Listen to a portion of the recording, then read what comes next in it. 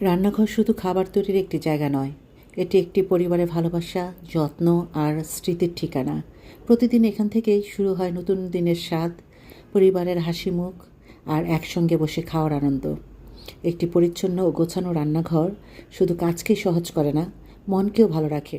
তাই নিজের রান্নাঘরটাকে ভালোবাসুন, যত্ন নিন এবং ভালোবাসা দিয়ে প্রতিদিন খাবার তৈরি করুন। হ্যালো সবাইকে। তো আমার রান্নাঘরে যখন আমি রান্না করি, অনেকে পুরো রান্নাঘরটা দেখতে চাও।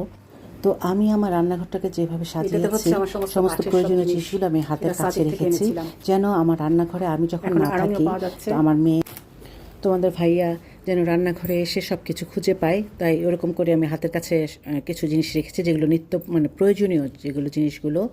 আর এভাবেই যার যার প্রয়োজন মতোই, সুবিধা মতোই কিন্তু সে তার রান্নাঘরটাকে সাজিয়ে রাখে। তো আমিও আমার সুবিধা মতো রেখেছি। তো তোমাদের কাছে কেমন লাগলো কমেন্টস করে জানাতে ভুলো না। আর এই যে দেখো, হাঁড়ি পাতিল ধুয়ে, এটা হচ্ছে আজকের ভিডিও ফুটেজটা হচ্ছে রাতের বেলা সমস্ত কাজ শেষ করে দেন আমি রান্নাঘরটা গুছিয়ে এখন তোমাদের কাছে গুড নাইট জানাবো। তো তখনই ভিডিওটা করেছি, এই অবস্থায় দেখাচ্ছি। আরেকদিন অন্যভাবে তোমাদের প্রতিটা জায়গা তোমাদের সাথে শেয়ার করব কোথায় কী রেখেছি। তো এটা হচ্ছে শুক্রবারের পরের দিন সকালবেলা। দেখো একেবারেই গ্যাস নেই, শুক্রবারে মানুষ একটু ভালো মন্দ রান্নাবান্না করবে, কি আর করব। দেখো 3-4টা রুটি ছেঁকতেই আমার এত সময় নিচ্ছে। তো কোনো রকম রুটিটা নাস্তাটা ওদের রেডি করে দিলাম। আলু ভাজি আগের দিন করা ছিল, সেটা ওভেনে গরম করে দিয়েছি, একটা ডিম পোস্ট করে দিয়েছি।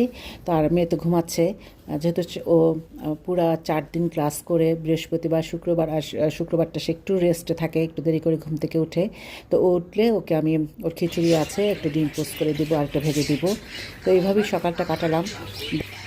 আর আমি আমার পছন্দের একটা পিঠা আর 1 কাপ চা নিয়ে আমার ব্রেকফাস্টটা শেষ করলাম। যেহেতু গ্যাস নেই, কিছু করার নেই।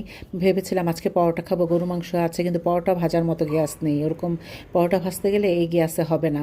তো যাই হোক, আজকে এখান থেকে বিদায় নিচ্ছি। দেন শুক্রবার বিকেলবেলা সন্ধ্যার পরে আমরা ডিনারে করেছিলাম স্যান্ডউইচ, সেটাই তোমাদের সাথে রেসিপিটা নিয়ে হাজির হব নেক্সট ভিডিওতে। সবাই ভালো থেকো, আল্লাহ হাফেজ, টাটা। শোনো, যাওয়ার আগে কিন্তু লাইক কমেন্ট শেয়ার করে যেও।